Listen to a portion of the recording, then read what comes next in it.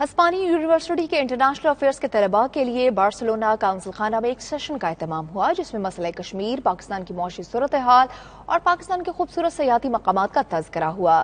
دیکھیے شاہد احمد شاہد کی report.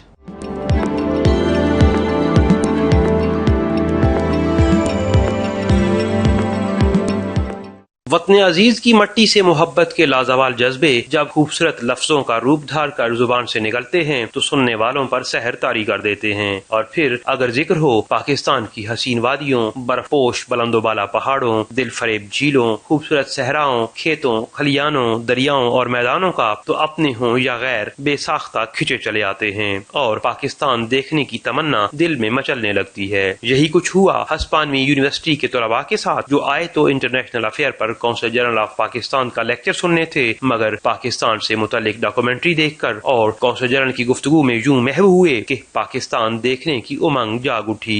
I was surprised because I didn't know that it had that many landscapes. I didn't know that it had beach, lakes and mountains, and for me it was really interesting, and now I want to visit.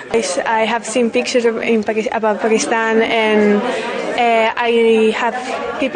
I know people that have gone there. Yes, I knew a little bit about Pakistan, but he showed us videos and of the land and the lakes, and yeah, I thought it was pretty. I saw the video and I thought it was amazing. It has been really a great experience, a very good talk, and also I think that my students have enjoyed it very much and that they have got to know more about Pakistan. I told them to prepare before coming, so in order really to take advantage of the session. Consul general of Pakistan Ali Imran Chaudhry نے طلباء کو کشمیر کی موجودہ صورتحال اور پاکستان کی معیشت سمیت تاریخ پاکستان سے بھی آگاہ کیا اور ان کے سوالات کے سیر حاصل جوابات دیے۔ یہی نہیں بلکہ طلباء کو کونسل خانے کا دورہ بھی کرایا اور انہیں وہاں کام کرنے کے طریقہ کار سے آگاہ کیا۔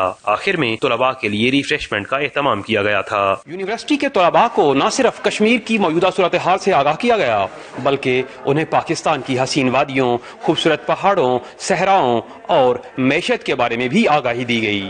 کیمرہ ٹیم کے ساتھ شاہد احمد شاہد، 92 نیوز، بارسلونا، اسپین۔